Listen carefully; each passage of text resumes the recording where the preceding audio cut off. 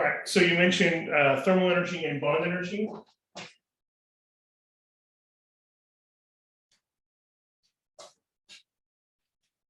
And these tie in very closely to that idea of the three-phase diagram. So let's take a look at that overall concept.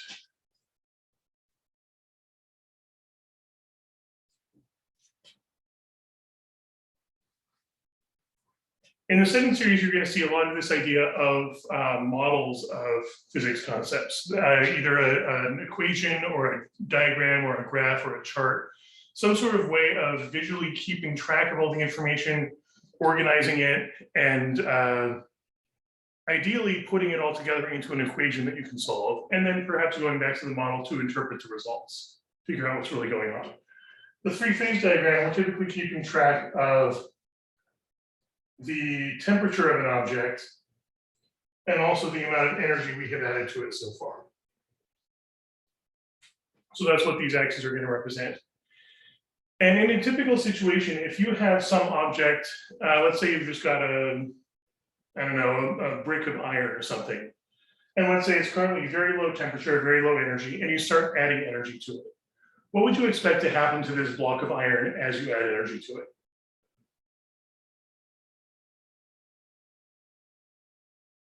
Yeah, it's going to increase in temperature. It might start to melt later, but let's assume it's not hot enough yet for that.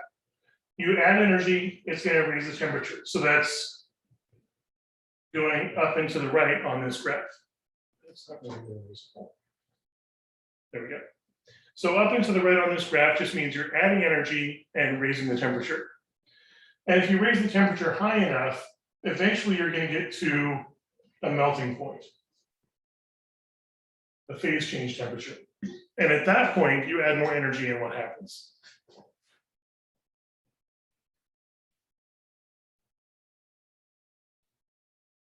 Yeah, it's going to melt. And how would that look on the graph if you're adding energy to melt it? Right, it's going to be horizontal. And what does that mean? If it's moving, if we're just moving horizontally on the graph, what's not happening? We're going through a phase change, but yeah, no change in temperature. All the energy you're adding is going into changing the phase, breaking the bonds, allowing the molecules to move more freely, but it doesn't change the temperature at all. The temperature is not going to change significantly again until you completely melt it.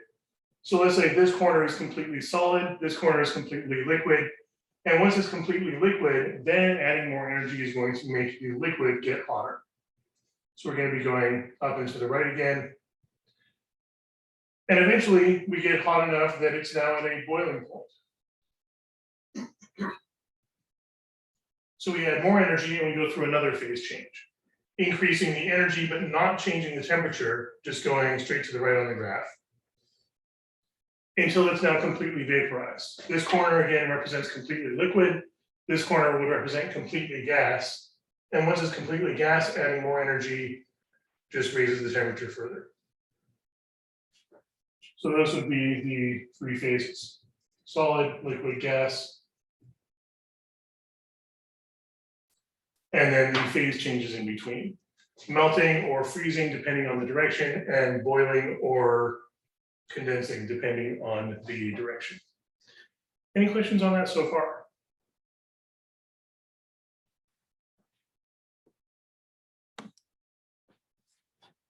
And this chart can ultimately be thought of also as the foundation of the two types of energy we're dealing with so far: thermal energy and bond energy. For instance, bond energy is the energy associated with what sort of transition? Yeah, a phase change. If you're talking about a phase change, let's say from solid to liquid, let's say if you start with this much energy, E initial, and you end with this much energy, E final, the transition from here to here is delta bond energy. And energy is energy. Energy is pretty interchangeable in terms of what type it is. But we describe types of energy based on what sort of transition they're associated with. So a change in phase is associated with a change in bond energy, the transfer of energy to or from bond as a type of energy. And if you wanted to melt an object, Presumably you're adding heat to it to raise the bond energy. What sort of properties do you think would determine how much energy it takes, how much heat you have to add to make it melt?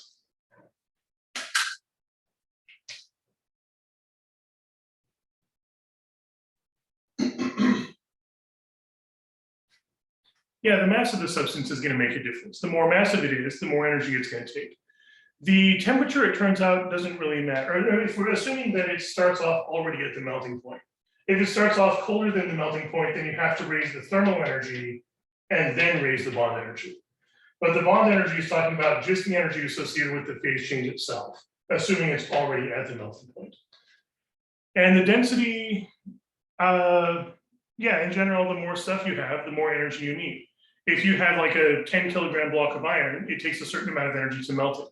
If you've got 20 kilograms of iron, that's twice as much stuff. So it's going to take twice as much energy to melt it. So we should expect that the delta E bond should be proportional to the mass.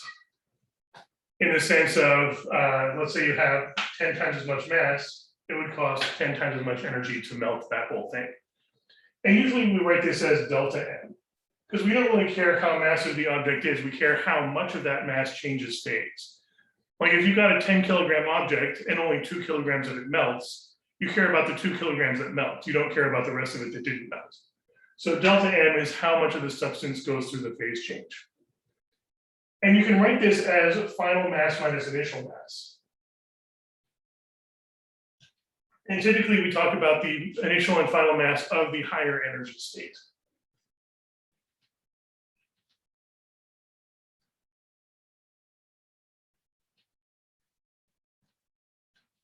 So for instance, if you're talking about a transition between solid and liquid, which one's higher energy, solid or liquid? Yeah, liquid is higher energy. So I would use mass of the liquid as the M here. Final amount of liquid minus initial amount of liquid, because liquid is higher energy than solid. Or if you're talking about a transition between liquid and gas, regardless of which direction, gas is higher energy, so you want to use final amount of gas minus initial amount of gas. That the main reason for that is it provides the correct sign. Like if you're condensing, if you're losing gas, you'll have less gas at the end than you started with. So a small final amount minus a larger initial amount will provide a negative delta, a negative change. So as long as you're always using the higher energy state for M, then any positives or negatives you need will automatically show up when you subtract to find delta M. Any questions on that so far?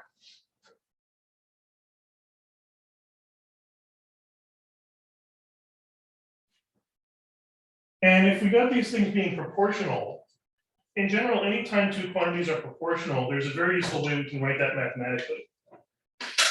Anytime we have, let's say, y is proportional to x,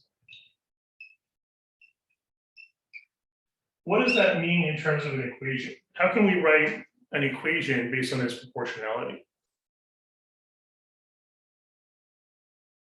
Like if we know that y is proportional to x, that automatically means y has to equal, not necessarily x itself. If they were equal to each other, we wouldn't bother having a separate symbol. We just say they're equal to each other. But if they're proportional, that means how do they have to be related?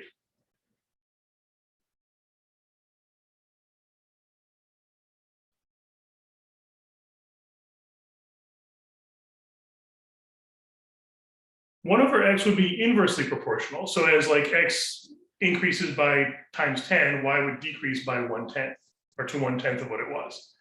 But proportionality, it might help to take a look at this on a graph. If you've got a graph and you've got, let's say, some x value and some y value, and let's say you double the x value and that doubles the y value, or you triple the x value and that triples the y value, or you quadruple the x value and that quadruples the y value. What sort of shape do those points form?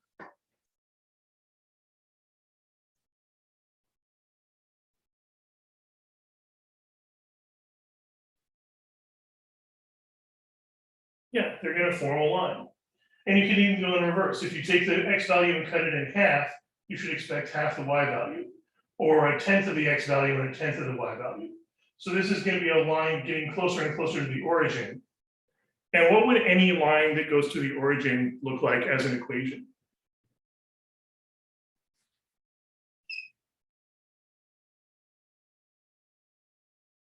Not necessarily 1x, because x and y don't have to equal each other. But any line through the origin is going to have what general format? Yeah, y equals something x, usually mx for the slope. But in general, if two quantities are proportional, mathematically that means that one of them is equal to some constant times the other. Usually called the constant of proportionality.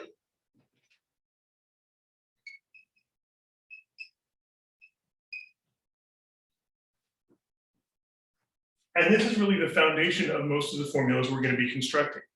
That if we know that two quantities are proportional, we can immediately write an equation linking them together with only a constant multiplier being the difference. So if we're saying delta Ebond equals or is proportional to delta M, we can conclude that it equals something times delta M, some constant. And that constant itself is going to depend on one other thing. And it might help here to think about, let's say you've got two objects that are the same mass and you want to melt both of them. Like let's say you've got a 5 kilogram object and another 5 kilogram object. Do they automatically require the same amount of energy to melt? What other property other than just how massive they are could make a difference in how much energy it takes to melt? Yeah, what substance it is, what type of thing it's made of. Pressure can pressure, yeah, I think pressure makes a difference if you're talking about the liquid to gas transition. I don't think it makes much difference in solid. Oh, yeah, it kind of does. Pressure does make a difference, but let's assume we're talking about constant pressure. Let's say a standard 1 atmosphere pressure. In that case, the only other thing that really matters is the substance that it's made of. And that would typically sum up with a single constant representing the substance at standard pressure. At different pressure, it's going to change the value of that.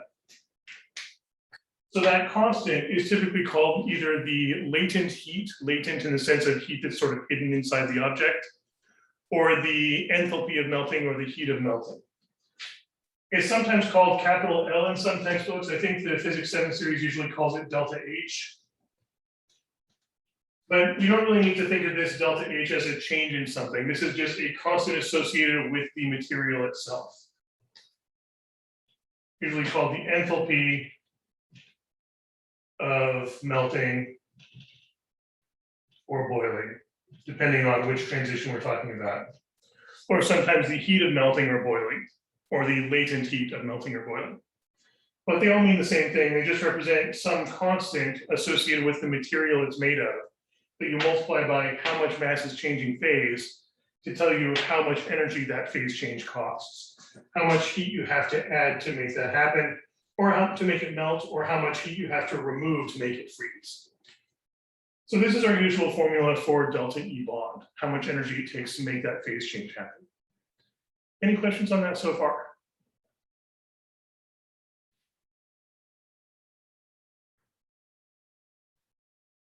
And the nice thing about this delta H property is it's a property of the material. So if you want to know, for instance, the delta H for iron or some other substance, you could calculate that by dividing both sides by delta N.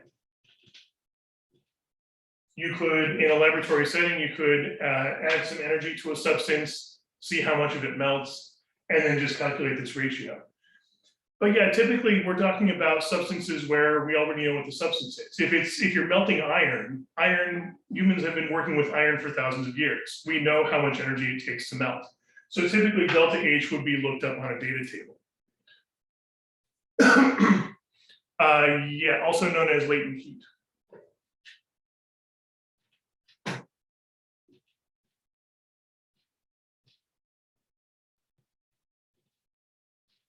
Which some textbooks abbreviate as capital L. So it means the same thing, just a different way to write it. Yeah, delta H will be different values for different substances. So have they given you a data table of properties of substances yet? You'll probably get this later on. I think it might be on the Canvas files list already. but it's just a list of the delta H values for various different materials, like heat of melting for iron, heat of melting for ice to water, heat of melting for copper, various different properties of different materials. Typically, it's just one big data table that lists like the delta H and the melting point and the boiling point and a bunch of other information for each of these materials. So you can just look up the information you need. But yeah, delta H will typically be given for that type of material. And also it's two different values for each material, since you've got these change from solid to liquid and separately the change from liquid to gas. Those typically take very different amounts of energy. Usually it's fairly easy to change from solid to liquid because you're breaking some of the bonds, but much more difficult to go from liquid to gas because you're breaking all the rest of the bonds. One other way you could also write this, instead of measuring the amount of stuff in terms of mass, what's another way we could describe how much stuff something has?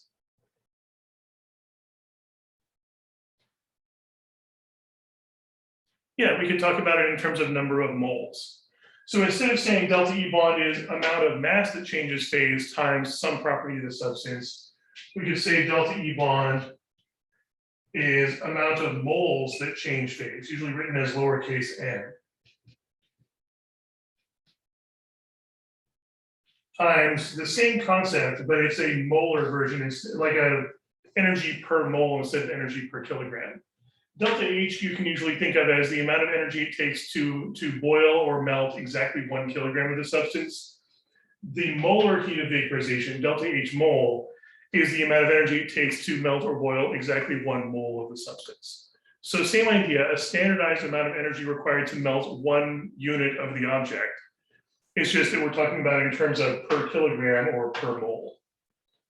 And of course, a typical data table will usually list both of those. You want to use whichever one matches the units of measurement you're already using. And as for units of measurement, if we take a look at the units here,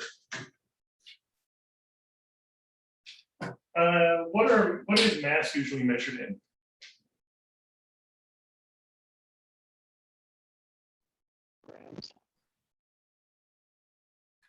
Yeah, usually grams or kilograms. In physics, so at least this branch of physics, we're typically going to be using kilograms as the standard base unit of mass. And anyone know what energy is typically measured in? Yeah, joules or kilojoules. I'm typically going to write it in joules. Sometimes it'll be given in kilojoules, but remember, kilo just means times 1,000. So if you need to convert back and forth, that K subscript, that K prefix can just be rewritten as times 1,000. And if these are going to be equal to each other, what does delta H have to be measured in to make these match up?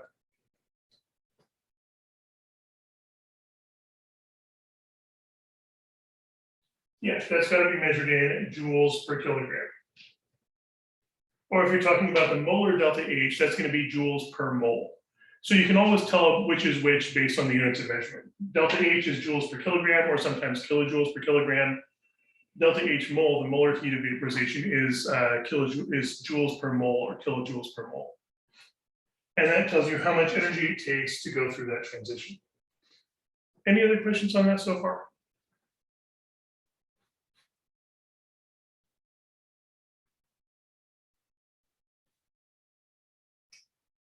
And yeah, let's show you an example of this before we move on.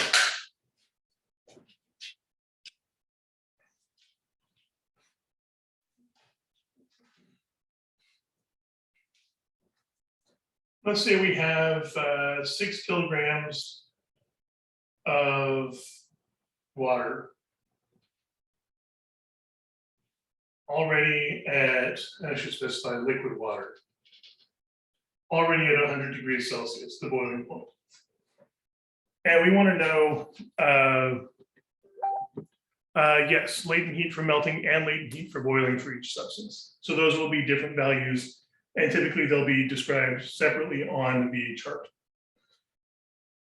So let's say we've got 6 kilograms of liquid water already at 100 degrees Celsius, and we want to boil the whole thing. How much heat does it take? Heat being a transfer of energy, to boil all of it. So it's already 100 degrees Celsius. In other words, already, where would it be on the three-phase diagram? If it's already at 100 degrees, the liquid.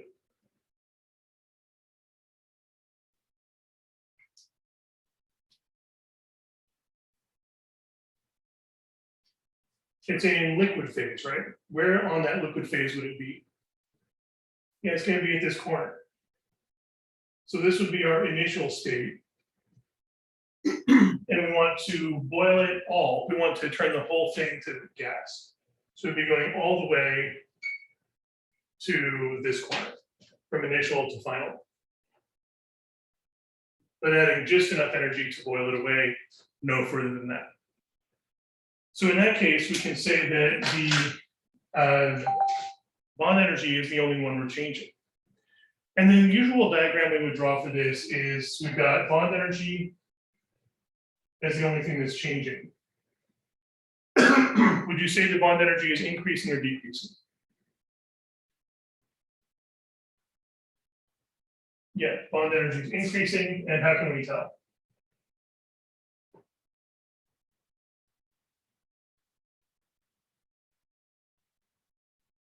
Yeah, we're going through a phase change. That's what tells us bond energy is changing.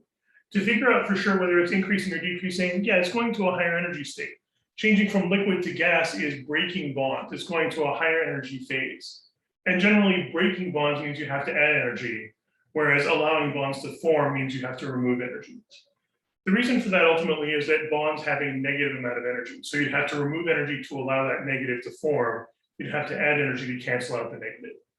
And we'll get into that idea in more detail later on. But yeah, we're going from liquid to gas, that's transitioning to a higher energy state. So we have to add energy to make this happen.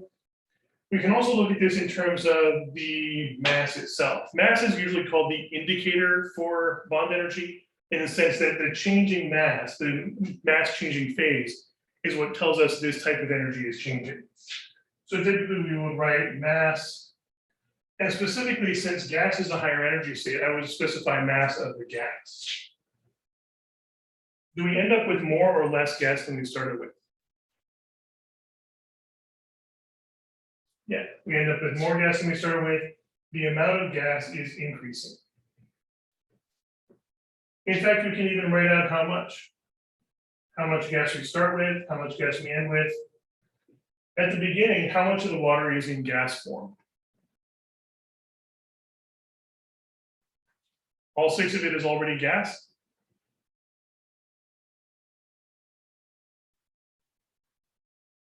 Yeah, we start with all of it being water. So to begin with, none of it is in gas form. So I'm going to write the initial amount of gas is 0.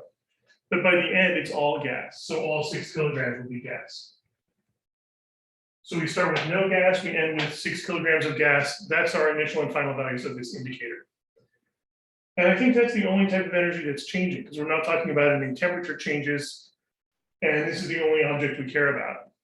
To make this happen, will it happen on its own, or do you have to add energy, or do you have to remove energy?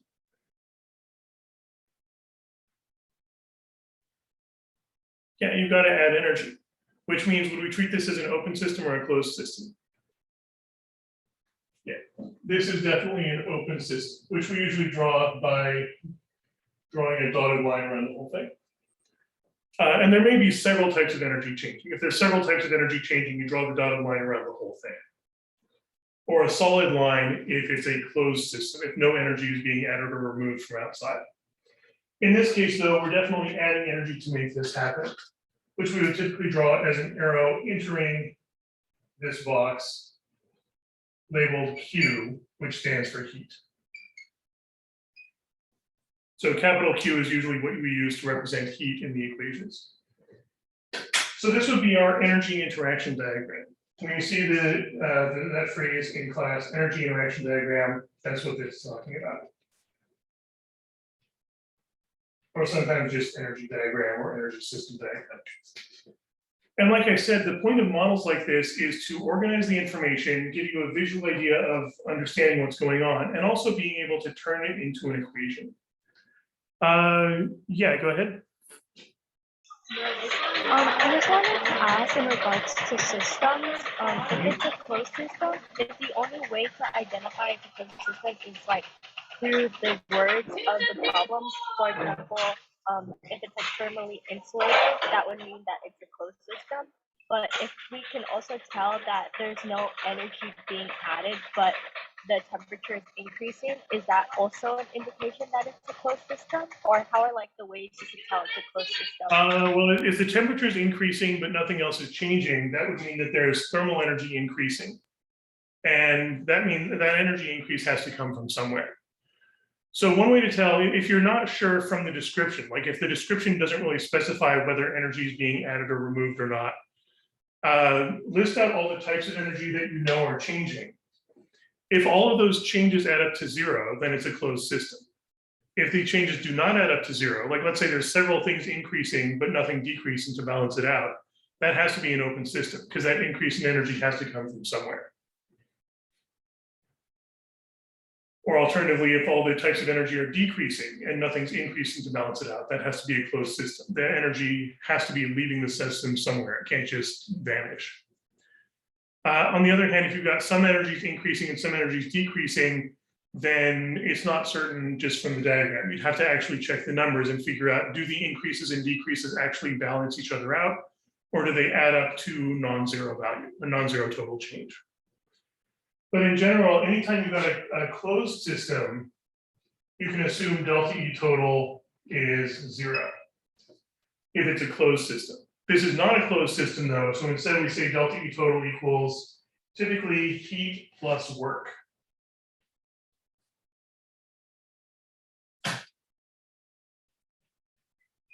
So this is just saying the amount that the total energy changes equals the transitions that cause it to change. Heat and work are both transitions in energy. Specifically, heat is the natural flow of energy from a high temperature zone to a low temperature zone because of the difference in temperature. Work is a transfer of energy caused by a force pushing on a moving object. So they're both transfers of energy, but they're accomplished by different means. Yeah, go ahead. Yeah, I had a question. So if like it was asking how much it would take to boil 2 kilograms, the it would be like 6 minus 4, right? So the MI would be 4 kilograms. Yeah, because if we wanted to boil only 2 kilograms of it, we still start with 0 kilograms of gas, but we end with 2 kilograms of gas. So Okay. you have 2 minus 0 anyway. It doesn't really matter how much is left as liquid. What matters is how much of it transitions to the new phase. Okay, thank you. You're welcome. Alternatively, if it started entirely as steam, gaseous phase, and then condensed into a liquid, we would still be subtracting final amount of gas minus initial amount of gas. It's just that that would end up being a negative value. So that automatically shows up in the delta M as long as you're always subtracting higher energy state final minus initial. So let's try actually using the numbers here. Delta E total, in this context, delta E total is just delta E bond. Usually you'd add up all the types of energy that are changing, but there's only one type of energy changing here. So delta E bond equals, and we're adding heat to the system, so there's Q, but there's no work being done. We're not really talking about forces on a moving object here. So we just got delta E bond equals Q, and we can use this formula for delta E bond. Delta M times delta H equals Q. Delta N, we know the final and initial mass of the gas, so we can just subtract 6 kilograms minus 0 kilograms, that'll be 6 kilograms. And then how do we find delta H?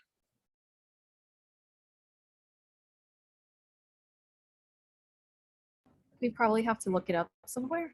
Yeah, let's see if we can look that up.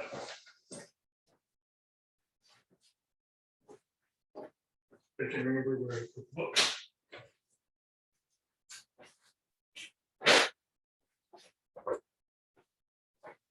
So what we're talking about is a chart like this, where you've got a list of various different materials and then a whole bunch of properties of those materials. And in particular, if we're talking about water, boiling, and I've got a heat of vaporization. That's the information we're looking for. Heat of vaporization it lists two values, one in kilojoules per kilogram, one in kilojoules per mole.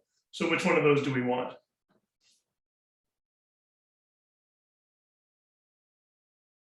Yeah, we're talking about kilograms, so we want the measurement in kilograms anyway.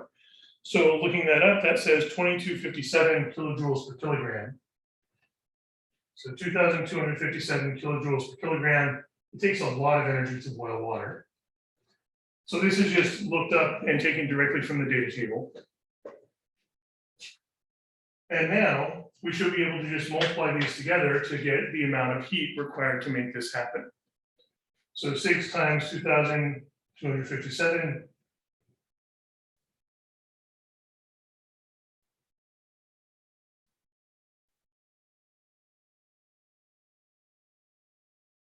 I think that's 13,542.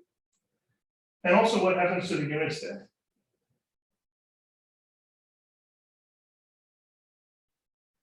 Yeah, the kilograms cancel out because we've got kilograms in the numerator and denominator. So all that's left is kilojoules. So that tells us the amount of heat required to make this happen. Any questions on that so far?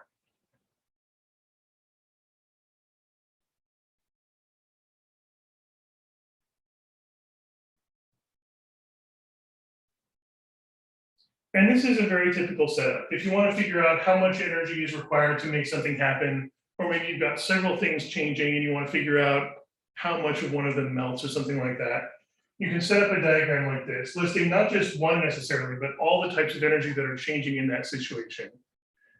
And then decide, does it make sense to treat it as an open system or a closed system? Write out an equation representing, and you can always start with delta E total equals 0 for a closed system or heat plus work in an open system. Decide, is heat being applied, is work being done, or maybe both. Expand delta E total into all the types of energy that are changing added together as deltas. Fill in any formulas you had for those types of energy changes. Fill in values you know, solve for what you don't know, and hopefully that'll be it. And of course, it can get more and more and more complicated depending on what types of energy are changing. But this is still the general concept you're going to be using for all of these energy transition problems. For thermal energy, yeah, thermal energy is going to be a different equation. Any other questions on bond energy first before we take a look at thermal energy?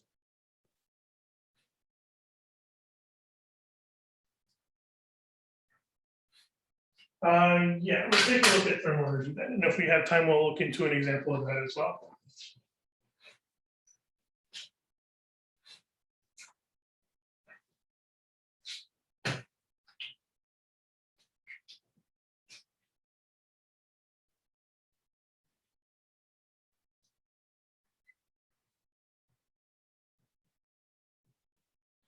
So thermal energy would be associated with something more like this portion of the graph.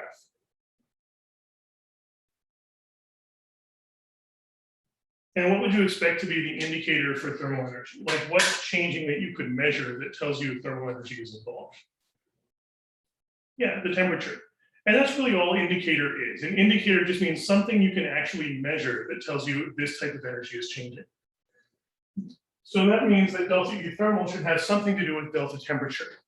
And the fact that this equation is a straight line suggests that this is also a proportionality. The delta U thermal is proportional to delta temperature. And the way we can interpret that most usefully, I think, is that if you're changing the temperature of an object, that costs a certain amount of energy. If you want to change the temperature by 3 times that much, it's going to cost 3 times as much energy. These are proportional to each other. They change at the same ratio or the same rate. And again, that means that we can write one of them as equal to a constant times the other. Delta E thermal equals some constant times the change in temperature. There's got to be some constant you can multiply by the change in temperature that you want to calculate how much energy is required to make that happen. And that constant we usually write in this case as capital C. Also known as the heat capacity. So heat capacity is this constant, this coefficient of proportionality. It's the number you have to multiply by the temperature change to get the change in thermal energy. And isolating that in the equation can be a very useful way of getting more information about it. If you isolate capital C here, how would you isolate capital C in this equation?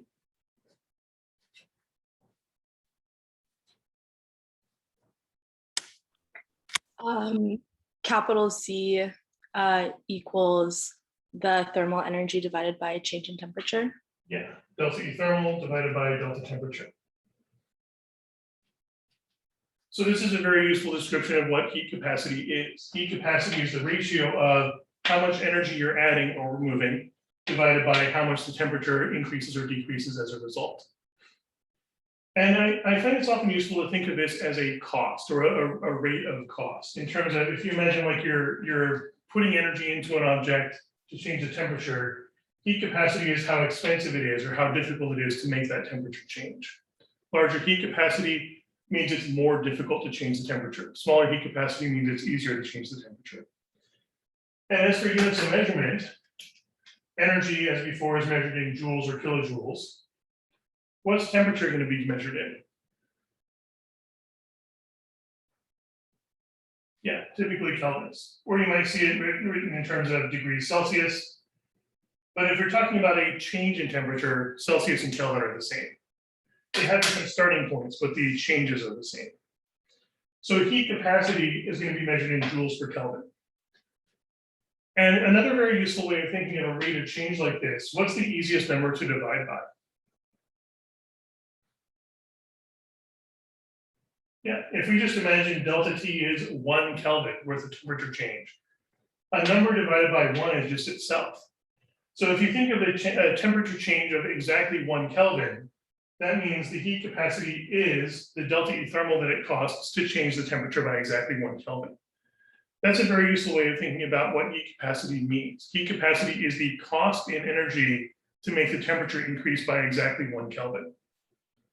Or if you wanted to increase the temperature by 50 Kelvin, you just take that heat capacity per Kelvin, multiply by 50 kelvins, and that tells you the energy it costs to raise the temperature by 50 kelvins. So it really is just a multiplier for converting temperature change to energy cost. Any other questions on that so far? And then to figure out what the heat capacity is, of course, one way is to, in a laboratory setting, measure the amount of energy you're adding, measure the temperature change, and divide those. But what properties of the object do you think are going to determine its heat capacity? What determines how difficult it is to raise or lower the temperature of an object?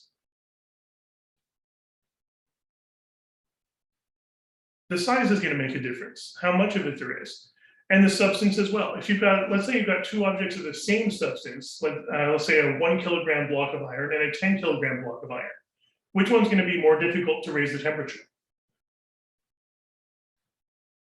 Yeah, the 10 kilogram object. Because raising the temperature of a 10 kilogram block of iron is effectively equivalent to raising the temperature of 10 individual 1 kilogram blocks of iron. It's going to cost 10 times as much energy. So the heat capacity we should expect to be proportional to mass. 10 times as much mass of iron means it's going to cost 10 times as much energy to raise the temperature. And once again, that proportionality can be written as an equation. Heat capacity equals mass times another constant proportionality. And that constant proportionality we usually write as lowercase c. And that lowercase c is called the specific heat. And that's a property of the material, the substance the object is made of. So we might talk about the heat capacity of a 5 kilogram block of iron, the object as a whole, including how big it is. Or we could talk about the specific heat of iron, regardless of how much there is. So if you've got that 1 kilogram block of iron and that 10 kilogram block of iron, they have very different heat capacities because they're different masses. But they have the same specific heat because specific heat is just describing what it's made of. And again, the nice thing about specific heat is it's just a property of the material, so you can look it up on this data table again. You just want to know the specific heat of copper. You just look up copper specific heat and it tells you a number. Any questions on the distinction between those quantities so far? And also going back to the units of measurement, the heat capacity of the object we found is measured in joules per kilogram or joules per Kelvin, joules per Kelvin, or sometimes kilojoules per Kelvin. And mass, as before, is measured in kilograms. So what does specific heat have to be measured in to make this work out?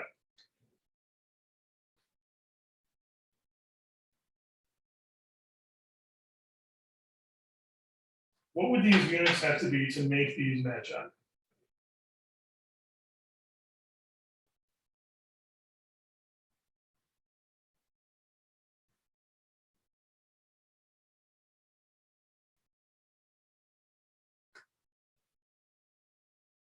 Yeah, we're gonna have to have joules, because we want joules in the numerator. And yeah, we're gonna need kelvins in the denominator, so we have kelvins in the denominator here. We also need kilograms in the denominator so that the kilograms can cancel out and get just joules per Kelvin. So this would be either joules per Kelvin kilogram or kilojoules per Kelvin kilogram is the usual units of measurement listed for specific heat of the material. And yes, exactly. Heat capacity depends on size. So taking an object and tripling its mass is also going to triple its heat capacity. But specific heat is just a property of the material it's made of.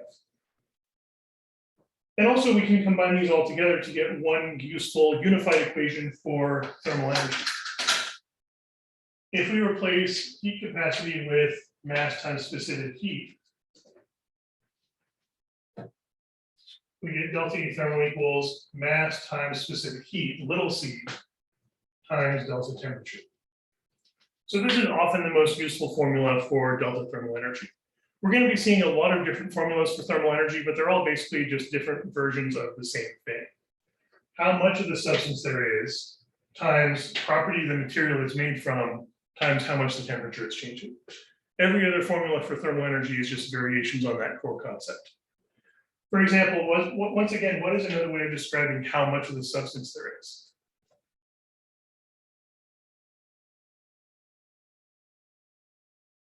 Yeah, moles. So you could also write this as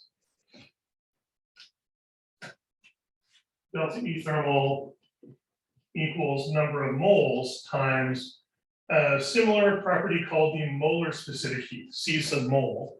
In the same sense that specific heat is heat capacity for exactly 1 kilogram, molar specific heat is heat capacity of exactly 1 mole times delta temperature. And both these specific heat ideas are just standardized heat capacity. Specific heat, sometimes called mass specific heat, is just the heat capacity standardized to exactly 1 kilogram. Molar specific heat is the heat capacity standardized to exactly 1 mole. Same idea, just different measuring units or different measuring systems. Any other questions on that so far?